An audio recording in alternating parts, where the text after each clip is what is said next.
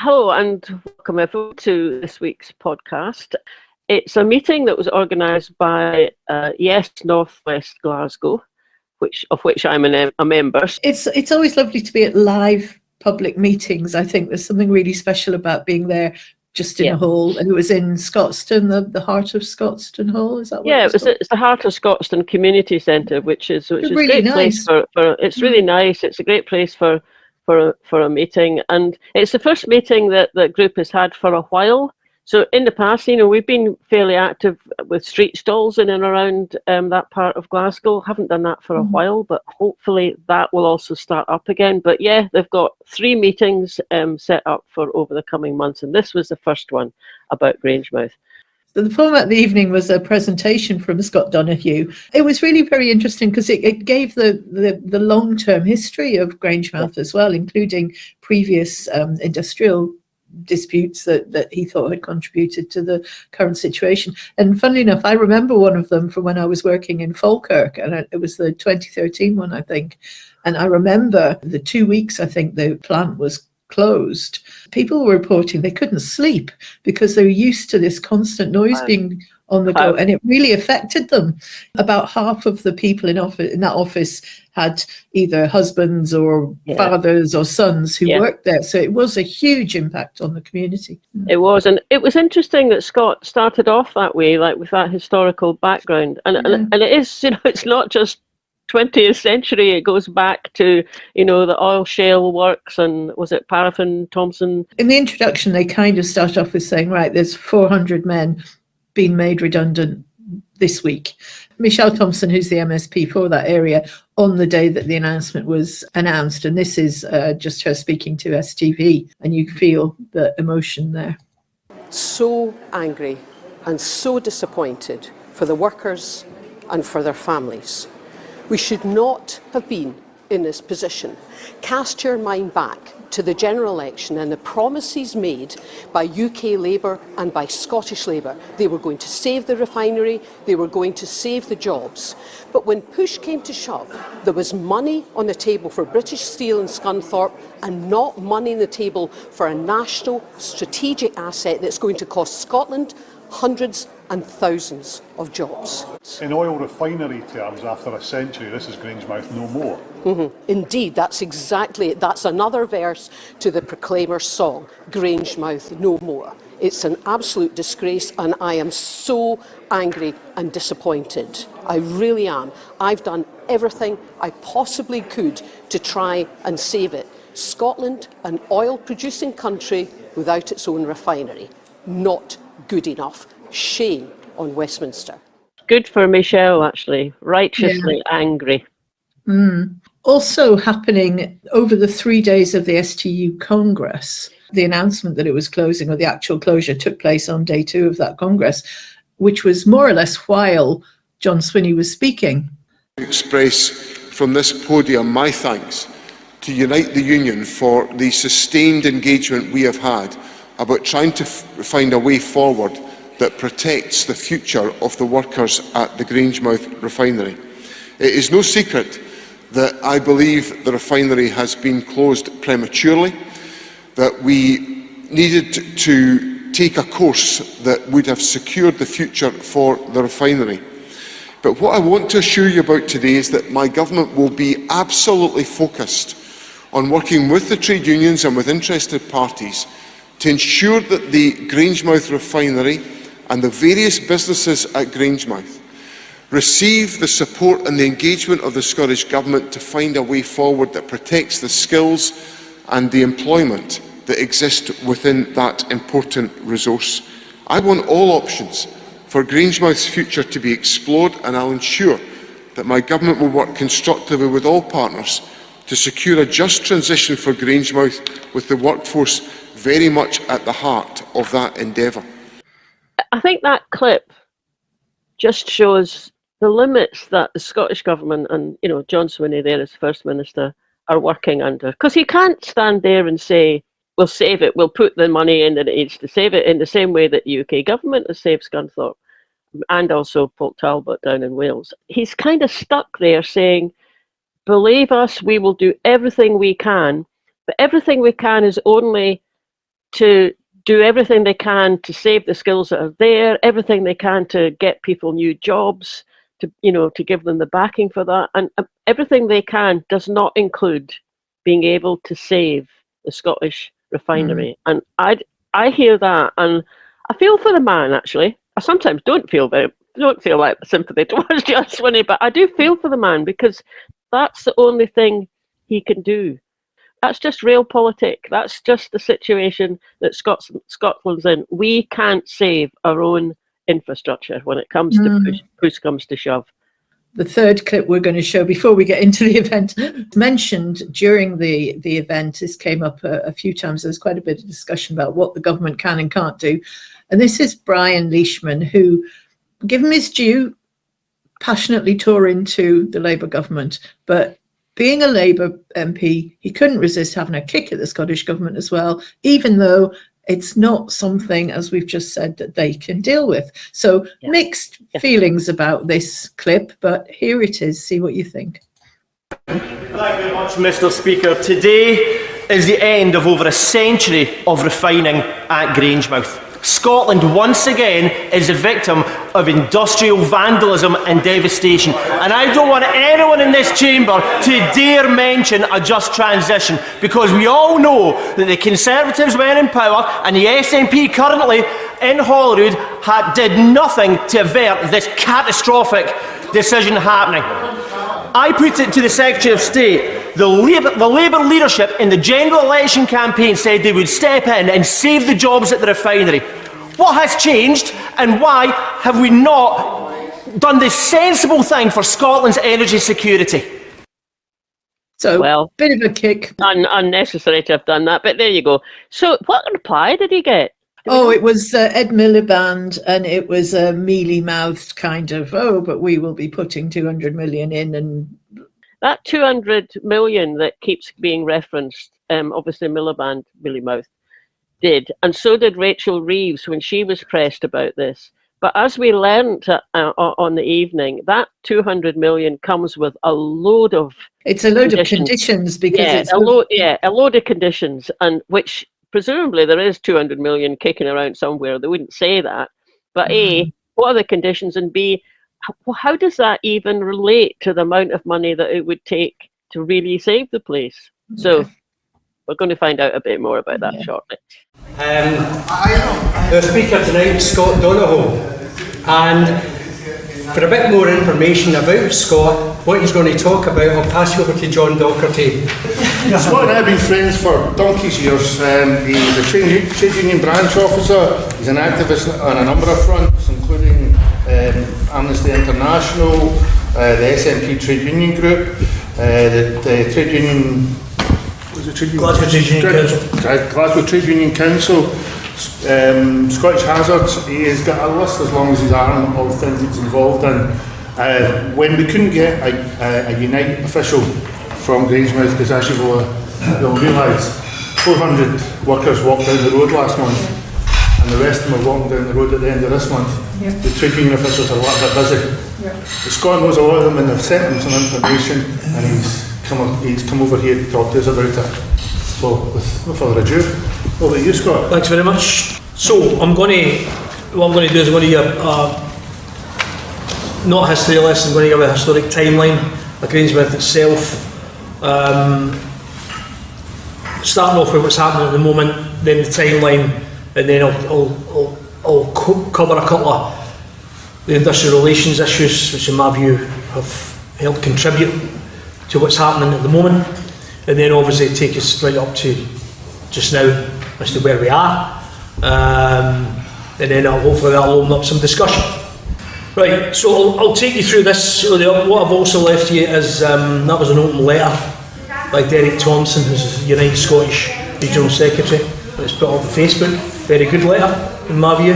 So there's just some copies there for your information. It's a matter of public record. Okay, so as John said, in terms of context, Scotland's only oil refinery has stopped processing crude oil at Grangemouth after a century of operations. Its owner, Ineos, confirmed in September the company announced refining activity would cease in June 2025 as it transitions to becoming an import terminal for finished fuels. It's been closed down with the loss of 430 of the 2,000 jobs based at the sprawling 1,700-acre industrial complex. The union and ex-said political leaders had utterly failed the workers in the Grangemouth community and would face electoral wrath.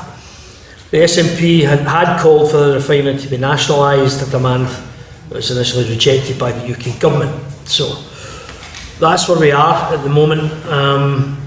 In terms of the history, as you'll know, the refinery commenced operation in 1924 as Scottish Oils. Its location in Grangemouth was selected due to the Grangemouth docks, which supported import by ship of Middle East crude oils for feedstock, plus the cheap availability of large areas of reclaimed flat land. Another important factor was the abundant availability of skilled labour in shale oil. Refining the first oil works in the world, Young's Paraffin Light and Mineral Oil Company Limited, as some of you'll know, had opened in 1850 at Boghead near Bathgate to produce oil from shale or coal using a process patented in 1850 by Glasgow scientist Dr. James Young. So during World War I, British government had helped to develop new fuels in Arabia to provide cheap oil to sustain the war effort. This drove prices even lower, to a point where the shale oil industry was unable to compete, and as a result in 1919, the 6 surviving companies, including Young's, came together under the management of the newly formed Scottish Oils. That same year, Scottish Oils was purchased by the Anglo-Persian Oil Company, a forerunner of what is now known as BP. The refinery then, 1924-39, refinery operated in 24-39 at a throughput of 360,000 tonnes per year. It was then forced to shut down between 39 and 46 due to the Second World War, and the resultant drying up of crude feedstock imports. When operations recommenced in 1946, the refinery underwent several major expansion programmes. The petrochemical site, 1946-75. In the 40s, the Distillers Companies Limited were investigating synthetic processes for the production of alcohol to replace the traditional fermentation process using molasses, and so resolve issues on unreliability of supply and associated cost fluctuations. The business need combined with PP's interest in petrochemical development resulted in 1947 in the formation of a joint company, British Hydrocarbon Chemicals Limited. The new company located its site adjacent to the existing BP Grangemouth refinery, using available feedstock from the refinery byproduct streams. This petrochemical plant was commissioned in 1951, which was the first in Europe at that point, as you probably know. In the 50s, the refinery was connected to the Fanatt oil terminal loch along the west coast of Scotland by a 58-mile pipeline to allow the import of crudes via deep water jetty, which supported the use of larger oil tankers. The first crude oil import from Fanatt was in 1952. In the 1990s, a second line was also installed to allow the direct supply of finished refinery products to the Fanatt terminal, primarily for export to markets in Ireland. In the 1960s, a pilot protein from oil production facility was built at the refinery. It used BP's technology for feeding paraffins to yeast in order to produce single-cell protein for poultry and cattle feed. North Sea Oil, 1975 to 2004. 1975, the discovery of North Sea Oil brought the commission of the Canal Crude Oil Stabilisation Terminal, was connected directly into the Forties pipeline system. This plant served to stabilise Forties crude oil for either export to third parties or feeding into the refinery, and allowed the processing of North Sea Oil as part of the refinery crude slate of feedstocks. Okay, post-BP period, 2004 to 2023.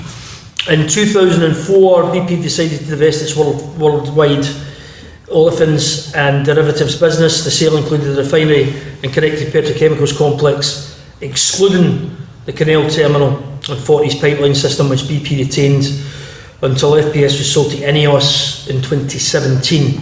In 2005, a new company created to run this business was named Innovine, which later that year was purchased by Ineos, the largest privately owned chemicals company based in the UK. Ineos Refining, which included both the Grangemouth and Lavera, which is just outside Marseille in France, refineries, In 2011 entered into a 50-50 joint venture, the Chinese state oil company PetroChina, to form ineos. Okay, so in terms of industrial disputes, because these in my view are connected to what's happening at the moment, by how much they're connected is open to debate. But in 2008, ineos proposed plant workers start contributing a share towards their own pensions, final salary pension scheme, instead of the existing non-contributory fixed salary pension. The request will oblige future new entry employees to pay 6%, phased in over a 6-year period. 97% of the United Trade Union's 1,250 members of Grangemouth voted in favour of strike action. Strike began 27th April 2008 and lasted to the 29th of April. You'll remember then the panic buying in petrol. The petrol supply of Scotland was fit to the strike. This panic buying led some petrol stations across the country to run dry. Retail Motor Industry Federation stated there was a stock of fuel that could last 70 days. I'm sure we all remember that, the panic buying at forecourts and so on.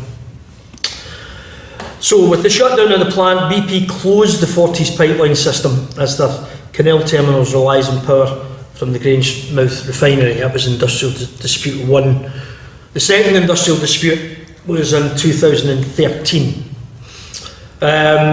You remember ineos stated that the plant was making losses and offered a survival plan requiring employees to accept worse employment terms, particularly on pensions.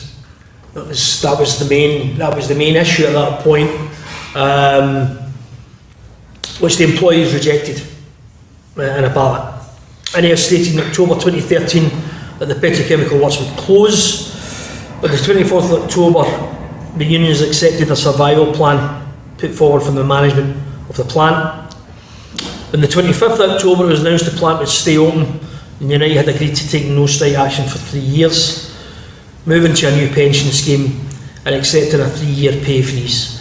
You'll also remember at that point there was a lot of controversy around ineos having a go at the United convener at the time, Stevie Deans, and there was a lot of other stuff connected to that. I'm not going to get into that. Let's just say the ineos approach to that was absolutely horrendously anti-trade union, and it resulted in that. It resulted in what happened. United felt they had no option because they had basically a gun to their head.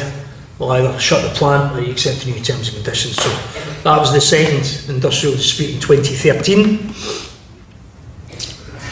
So the Keep Grangemouth Working campaign, which is in some of the handouts I've given you. For the outset, it's called for an extension in the refinery's lifespan and Emmet investment. The complex can transition into green renewable industries. Primary objective for United was to secure a bridge between any closure and the refinery's operation and the establishment of new projects at Grangemouth.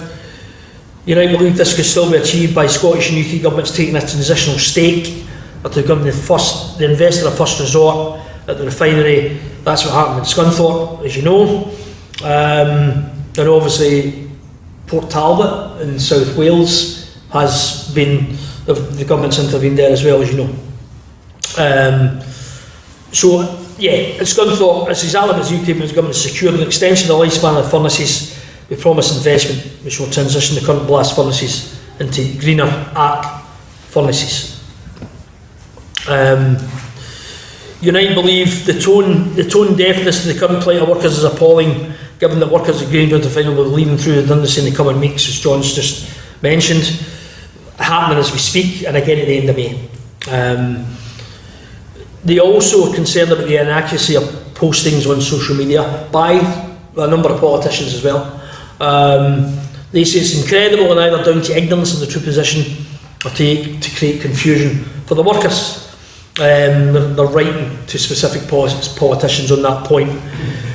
PricewaterhouseCoopers, one of the big four, analysis in 2024 that the economic contribution of Grangemouth refinery stands at 403.6 million, and with it 2,822 direct, indirect and induced jobs are reliant on its operations. So as it's closing, the effect on the supply chain will also be absolutely horrendous. small and medium enterprises, jobs in those areas will inevitably be affected. They also mention petrol ineos. Any of the viable options identified through this Project Willow are in the post-2030 timeframe, which means over £2 billion would have been lost to the Scottish economy before a single job is created through that project. The £200 million announced by the Prime Minister through the National Wealth Fund is also contingent and conditional upon private sector investment. It must first be matched before it's unlocked into Grangemouth.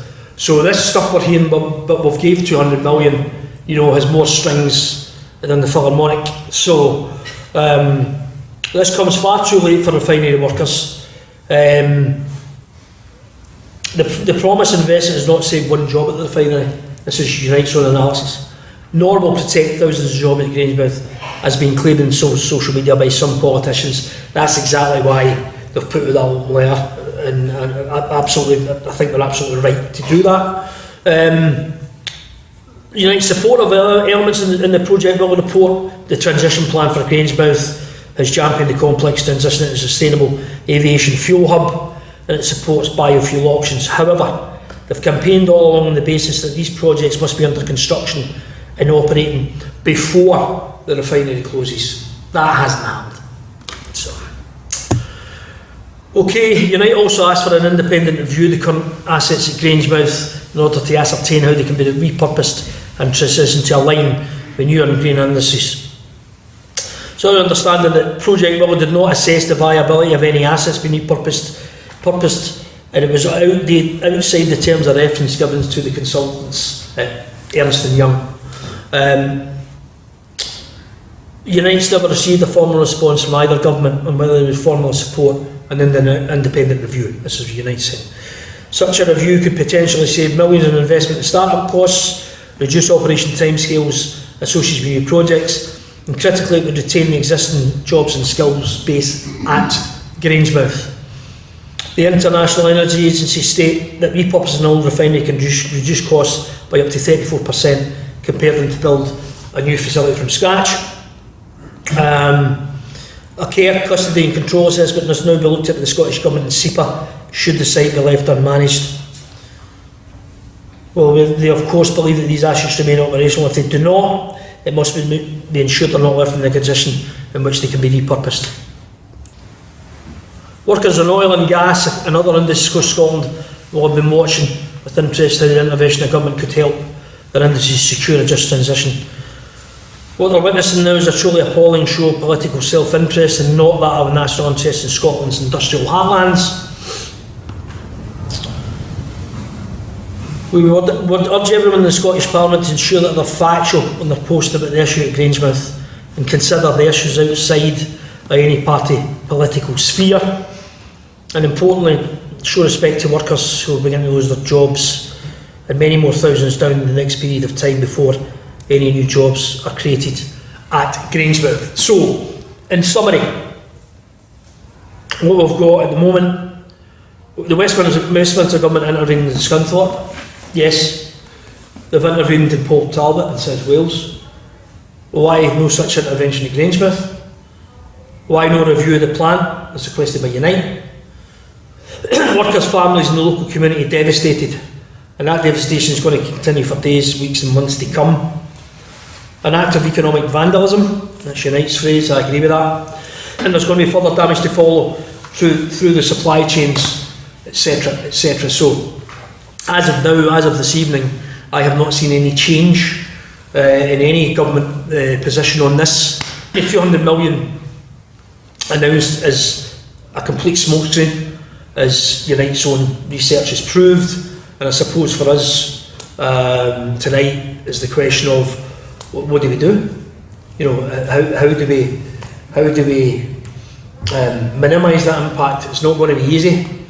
There's also the scandal of Scotland's only oil refinery being closed down.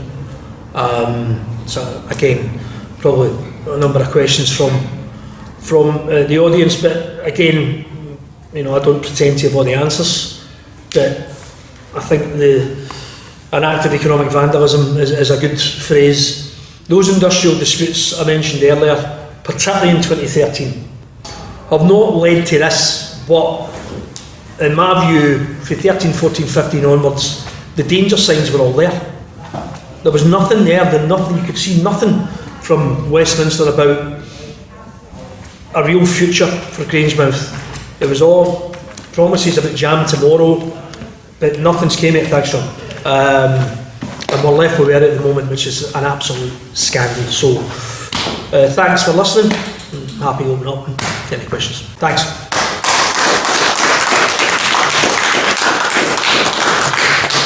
I'd just like to say thanks very much to Scott for coming along tonight and giving us his unbiased statement as an explanation to the whole scenario.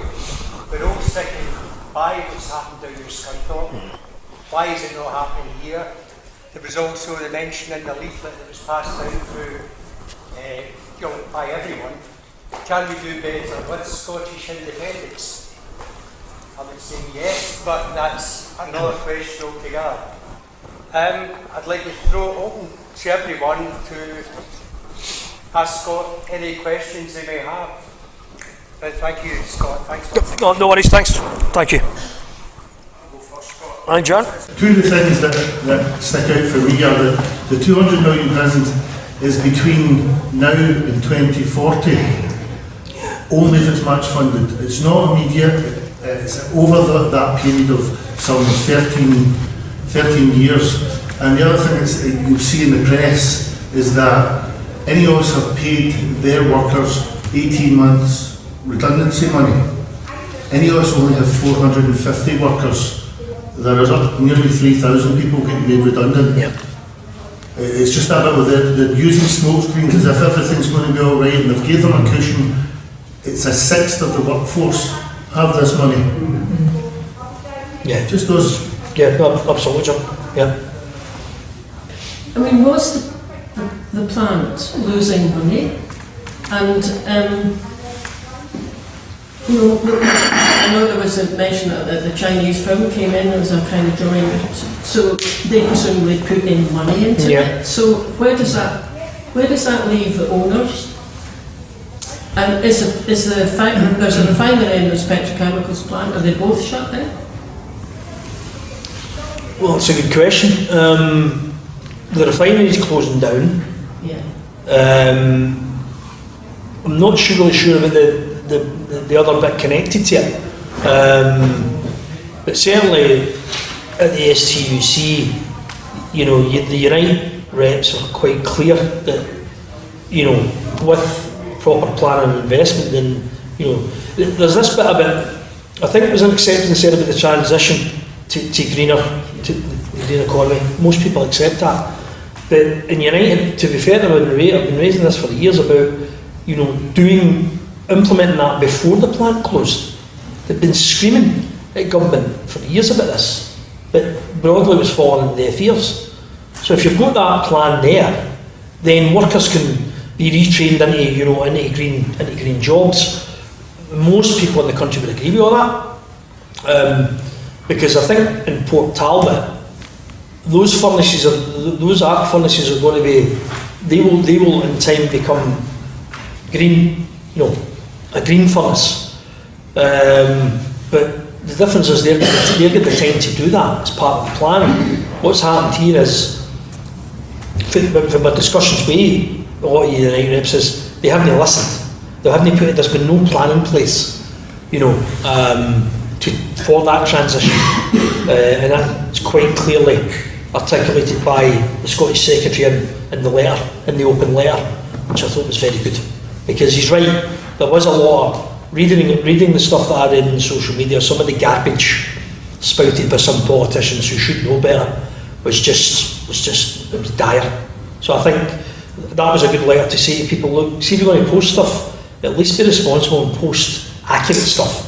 Don't make a political football, as was described. This is people's jobs, this is people's families and future that you're talking about. So I think the open letter was very, very good. So would it have been, who would have taken that plan had it happened? Who would have initiated that? Would it have been like the owners? Would it have been ScotGov, UK Gov?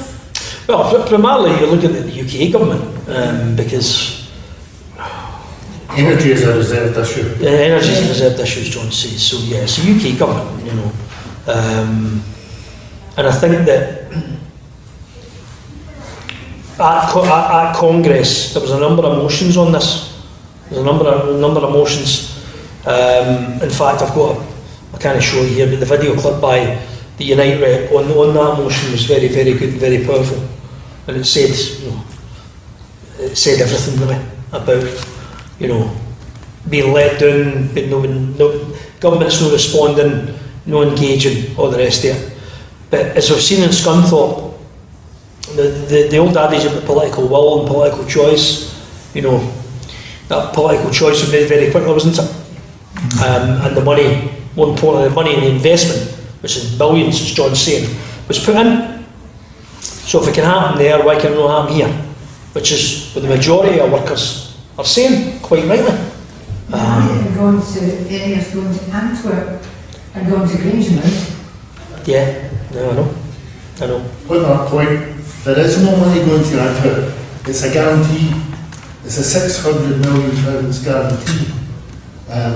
That's what they're dancing on the head of a pin, saying we are not putting £1 into Antwerp.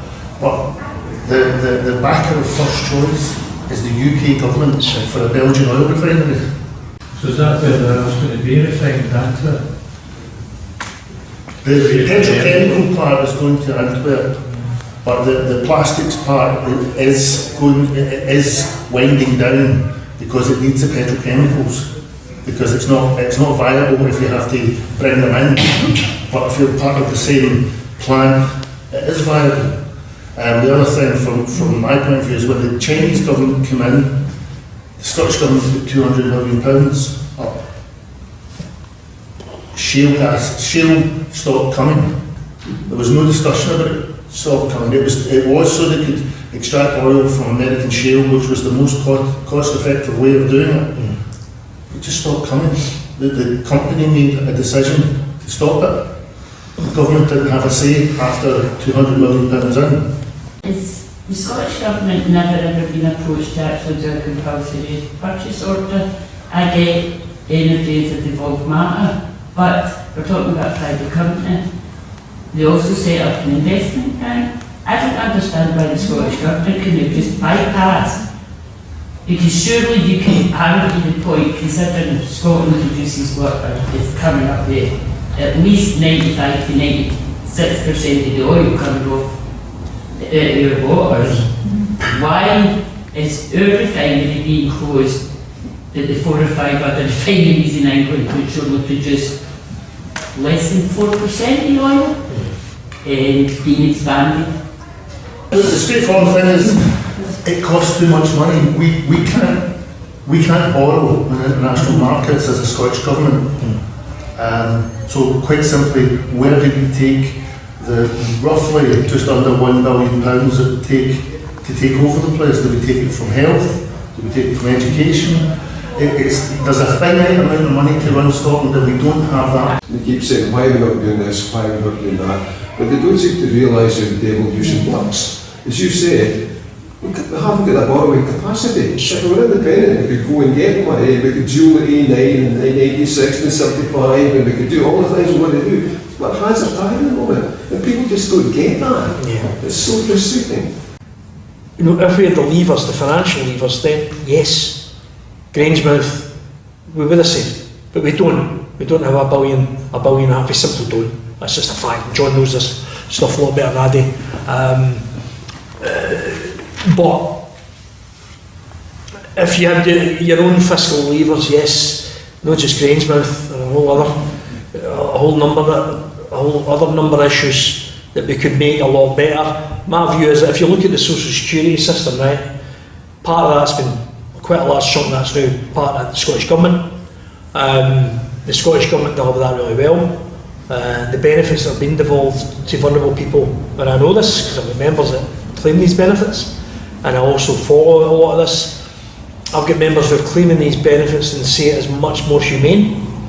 They're not getting through the ringer like they did the DWP, etc. So that's just a small example of what can be done with those small bits with the full levers, which John's described, they can do a hell of a lot more, including Scunthorpe and including Grangemouth. I absolutely agree with you.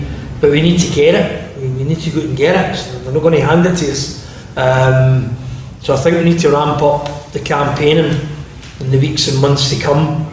The Holyrood elections next year are going to be even more crucial. We'll get the real threat of reform, as we know. Don't think the Prime Minister's performance yesterday was very good either, understatement. So we've got that threat on the horizon as well. So we've got a lot to do, a lot to campaign on, but we've got to go and grab it. You know, they're not going to hand us it. I think I'm right in saying that Grangemouth, that land, chunk of land, is part of the 4th Freeport. Is that right? Yes. So I'm not really much of a conspiracy theorist, but I'm going to suggest I mean, you know, is there a way in which it helps the Freeport business that the fact of what's happening in Grangemouth, because there's land there that could be used? Well, I mean the short answer is to that at the moment is I'm not sure. It could be. My view in Freeport's has always been very clear. I think they are corrupt. They're there to drive down terms and conditions, etc., all that stuff. So I don't. I mean, Freeport's for me, no. You can obviously see what's happening down in Teesside at the moment with Houchin, the Mayor Houchin.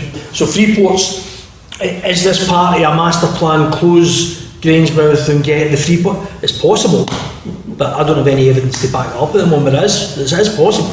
To be honest with you, the corruption is going to be at the moment, anything's possible. But short answer is I don't know. What proportion of the workforce at Grangemouth are in a union? Good question. Most of them are at Unite. I don't have a number there, Scott. I've got a number. It's a high number. It's quite a high number. I would say. A high proportion of effort. Yeah, I would say over 60%. Oh wow. Yeah. Paul, is it feasible nowadays for workforces to occupy plants the way it was done in the past on the upper shipbuilders and the unions? It's feasible. It is feasible, but looking at the reaction from the workforce, I think there's a lot of anger there, but at the same time, I think a lot of the stuffing's been knocked out of them, my friend. The other thing about a petrochemical plant is it needs petrochemicals going through it. Yeah. Or else it itself becomes dangerous. That's right. Yeah. So, yeah. I don't see. I just think there's a real anger there. We've seen it in Dundee for the members. Which is, you know, it's not often you see Labour Party leaders speaking at 9 AM in the morning, but that's when they spoke. 9 AM in the morning on the Tuesday in Dundee. 9 o'clock in the morning. I've never seen that, ever. At STUC. Grace. Could that anger be turned towards, against the British government and towards Scottish independence, do you think? It's possible, yes. It's possible. Just wondered if you'd seen any evidence of that, them saying, oh, this is the British government doing this, we should really have an independent government that we could. I think that's a good point. I mean, I suppose at the moment, for the members, their immediate thoughts are about, you know, their house, their family, their mortgage, their rent. Exactly. But in the weeks and months to come, as I said earlier, in a broader context, then, I think there will be a lot of anger directed at, as I said, in terms of summing up, Scunthorpe, Port Talbot in South Wales, Grangemouth, you know, that anger's palpable. There's no doubt. You'd like to think that it would help the independence movement anyway. I think so, right? Do you see a turn when you're on site or when you're talking to the members? Well, I tend to agree with John. Just look a couple of demos about it. I think things are turning, but unfortunately, it's taking things to get so right wing down Westminster. You know, that's also a concern as well. But I think that, and obviously we've got that threat up here until we're on the elections, you know. But I think well, I think we need to demonstrate that. I think we do things better in Scotland, to be honest. I think we need to demonstrate that more than ever, to be honest. Is there any evidence of anyone approaching the workforce or anything like that to talk up Scottish independence? Well, I mean, at the moment, the workforce is obviously, as John said earlier, all the United officials will be neck deep, helping people, you know, with the short answer is no. These issues. The short answer to that one is no, because quite simply, there is a media campaign that's turned up a good part of the blame on the Scottish Government. Yeah, I know. But the amounts of money that the Scottish Government were supposed to put in were around the £200 million mark. That's true. But the straightforward thing is, it's a £1 billion change in direction to keep it open. So the thing for politicians to do at the moment is to try and find the groups that help people get new jobs so that they do have a future. Obviously not in petrochemicals, but the government's biggest task is to find jobs for them. Yeah. So it's turned to that. I think you won't find the anger coming out until the election. Yeah. And then people will know, and it will be about the WASP women, it will be about the winter fuel, it will be about Grangemouth, it will be about speaking with different faces depending on who you're speaking to and getting caught. I think it's your job to put that out. Yeah. Colin, there's a fundamental point here. Why did this start happening in Scunthorpe? And here's why. Only one reason. The English would not put up with this. What we do, and there's a point there. Yeah. The other, slightly more important point, I'll come back to that one later. How much, there must be a number to boil down all that heartache, all that lost hope, everything that's going to come from the closure of Grangemouth. What is that number? It's more than 200 million. Yeah. In finance, and who knows what we've lost hope. Supply chain and all the rest of it, yeah, no, I agree. So do we know what that number is, just out of curiosity? I'm saying more than 200 million. Off the top of my head, no. So I didn't hear your question, Colin. The question was, how much does it cost to shut Grangemouth in terms of money, leaving the same? Between now and 2030, the estimate is £2 billion to the Scottish economy. I wanted to ask you, Scott, if you felt the Scottish Government had given you the support, had given Grangemouth the support it required. Did you feel you had that backing behind you? You were going hell for leather? I think the Scottish Government tried to support under those levers, or lack of levers, that they had. So I think, given it is a reserved, let's be clear on this, John said that this is a reserved issue, right? We're talking $1 billion plus, $2 billion over, up to 2030, 2040. So I think the 200 million, I think was the figure for the Scottish Government, but that had to be matched, as I said earlier. So I think there was a willing there to do under those, the limited powers that we've got to try and save Grangemouth. For us to buy it out, we couldn't do it. It's just something we couldn't do. Could the Scottish Government have been more visible? Yeah, possibly. Yeah, possibly. But remember what's happened here, right? Remember what's happened. Now, between 2017 2018 up to now, and I've followed this closely, as a lot of you have, warning signs were there at Grangemouth. They were. The warning signs were there. But the Scottish Government was limited in terms, John's explained it better than I can, about what they could or couldn't do. The second bit is, will they pay a price in the ballot box next year because of this? I don't know. It's possible. But given the anger I felt in the room, in the big room in Dundee, I think I know where the anger's been. I've got a fair idea where the anger has been directed at. When we talk about political will and political choices, as I said earlier, Scunthorpe and Port Talbot, okay. Grangemouth, no, it's not okay. So I think people will remember that come May the 5th or 4th or 6th. 7th, thank you, John. I just test them.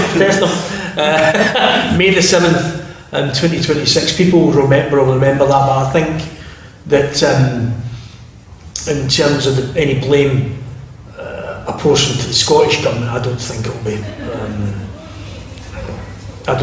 be that much, given what we've discussed tonight. I do take your point about maybe a bit more visible, or maybe a wee bit more vocal on it, but at the end of the day, I'm not behind closed doors with a lot of the politicians in terms of they may well have been discussions between the Scottish Government and the UK Government over this.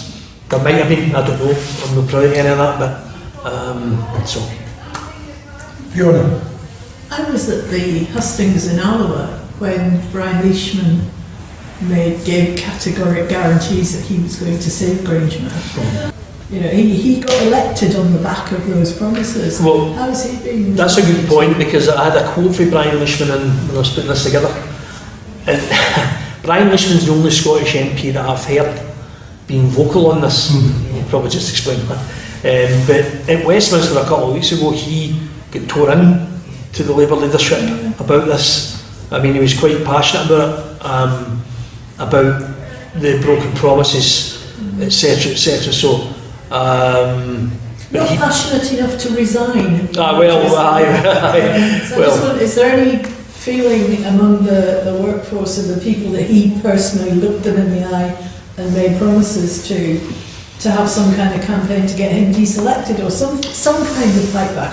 Because I see him standing up in Westminster and you say tearing in, you know, he's trying, nobody is paying any attention to it. No, I know that. And he's got a bloody nerve to stand there and talk when he gave such guarantees and that he could not back up. Well, I mean, the Scottish Labour leader done the same thing, if you recall last year. You know, he did. And hence 9 AM Tuesday morning, and then off.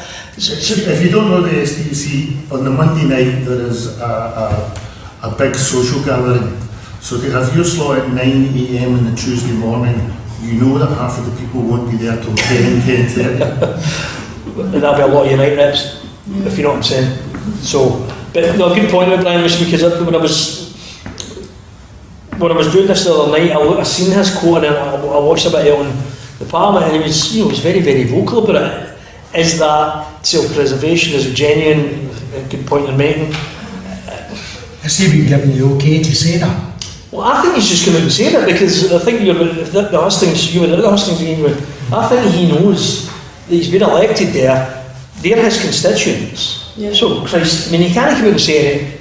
It'd be absolute suicide to come out and say anything else. Yeah. Is he being genuine about it?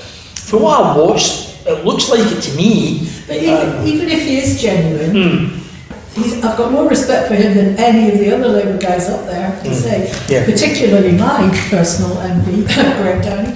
So I do, you know, I think it's good that he's standing up, but all it shows to me is that he made promises he had no right to make because he had no guarantees and no control and no influence, and multiply that up between, you know, by the rest of the Labour politicians that we've got. Unless he's been told prior to the election, after the election, don't worry, Grangemouth will be sorted. Yeah, Brian, we'll fix it. He's still got another 4 years of salary if he doesn't do the decent thing. Yeah, I agree. I think but he's that and the more disturbing thing for me is he's the only Scottish MP that's actually said anything. Yeah. Scottish Labour MP who's actually said anything. Yeah. I mean, he's showing the others up. None in the Glasgow belt have said a word. No mention one word about Grangemouth. Probably has been told by the leadership. You save Grangemouth, don't you want to say I know. But no, it's a fair point, because, And now they've got a new direction, they've changed change. And now their straplines, new direction. It's still got a boy band, you know? Aye, that was it. Young man at the back. No direction. Surely Brian Leishman's days are not up, you know? I mean, he's not really deselected. Nobody has the campaign to deselect him. The Labour Party will deselect him. If you look what happened to John McDonnell and people, they're just waiting for deselection. Yes. You know, they've lost it. Zara Sultana, etc. They'll be going. No, I know. Yeah. So Brad Leishman hanging on and making very hell, I'm quite happy about. For precisely that, I don't care if he's not prepared to resign, or he's thinking of himself in that respect. Yeah. Because he's doing a good job by creating very hell. Yes, I'd agree with that. And the irony is he doesn't realise he's starting off with you know. There could be an element of that, it's just cut loose. Right, I'll just go and do these interviews. Labour Party's let down Scotland, let down my constituents, let down Grangemouth. Yeah, and that's what he's been saying in every interview I've seen. I think that's a good point. He's been consistent with it. Yeah. He's been absolutely consistent with it. And he's not going to, you're right, he's not going to stop now. Because if you think about that, think, well, you know, basically, I'm on a hit list now anyway. So just continue as this, you know what I mean?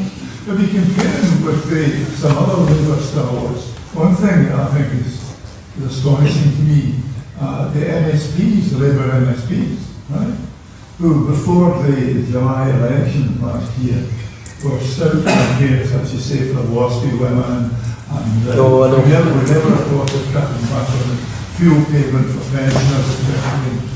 If you look at Zara Sultana, she had the whip removed immediately. She voted against the two-child cap. She voted against that. She's been outstanding in the genocide in Gaza, etc. She's absolutely brilliant, utterly brilliant. You seen her question in Starmer 2 weeks ago, she just ignored. He stood up and said, I didn't say that, and then sat down again.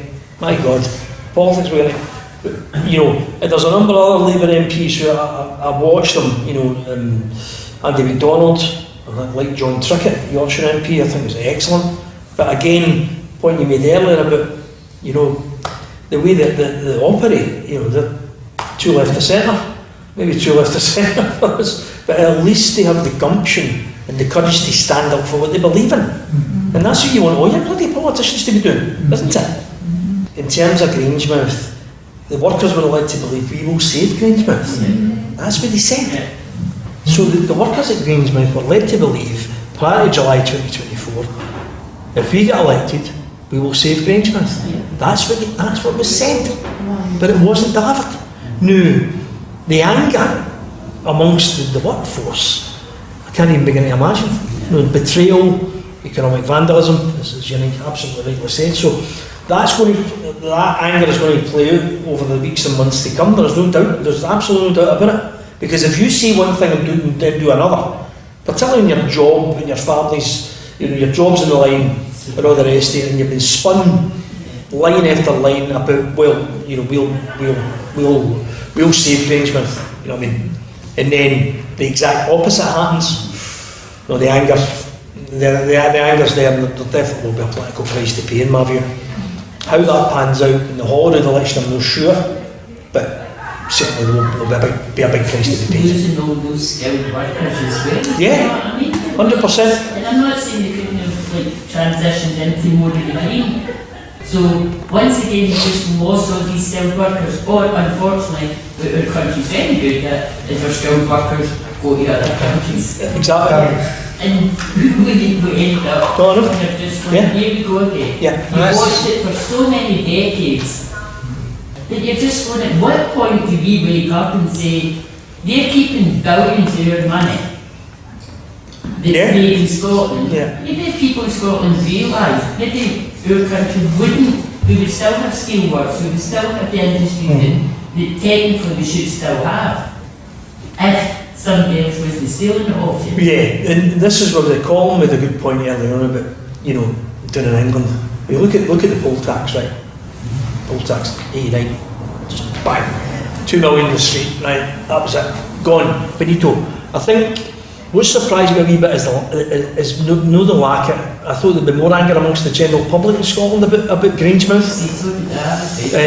And obviously it's an oil refinery, maybe people, it's not that I'm not interested, but saying, well, maybe they read the headlines all that, isn't it? Well, we couldn't afford it. But I'm surprised there's no more anger at it, given it's our only oil refinery and all the consequences with it. That's been a concern for me as well, when you read some of the stuff that... Do you not think that's because we don't have a media? Exactly. Good point. Yeah, listen, good point. I see a lot of stuff in social media, but not the tabloid rags, obviously, other than one or two. You know. Pillarless as well. There's a bit of that, yeah. I think there's a bit of that, but I think for us, we need to try and harness. I just left feeling a mixture of, anger and frustration, and I mean also, sadness about the whole situation that we're in now, and it's going to close, and that's that.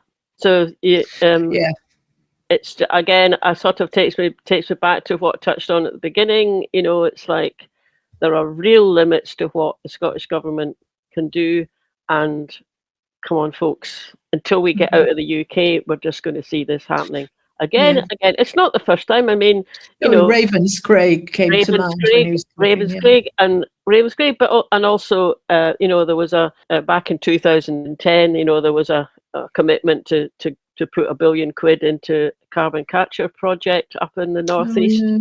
George Osborne just, they got independent. They said, "Oh well, we're not going to do it," and that's still. That's still carrying on. I mean, there are now carbon capture projects. Well, guess where they are? Northeast England, which is fine for Northeast England. Don't grudge them it, but at the expense of Northeast Scotland. Yeah.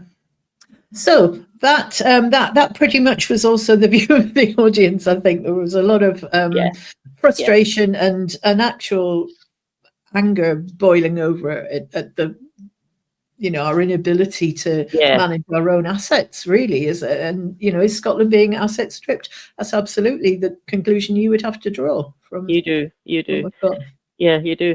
Maybe we should mention that. We should mention the Rising Clyde episode, because Ian Bruce did an episode just recently with people in and around Grangemouth. There was a demo on. He went and did some filming. You'll find the video version of that on Independence Live's YouTube channel. We can link to that as well in the notes. But also we did an audio podcast version, which we can also link to. So that's quite a nice little bit of background to the current situation. But no doubt Grangemouth will feature, I would imagine, quite a lot over the coming year as we go towards Holyrood.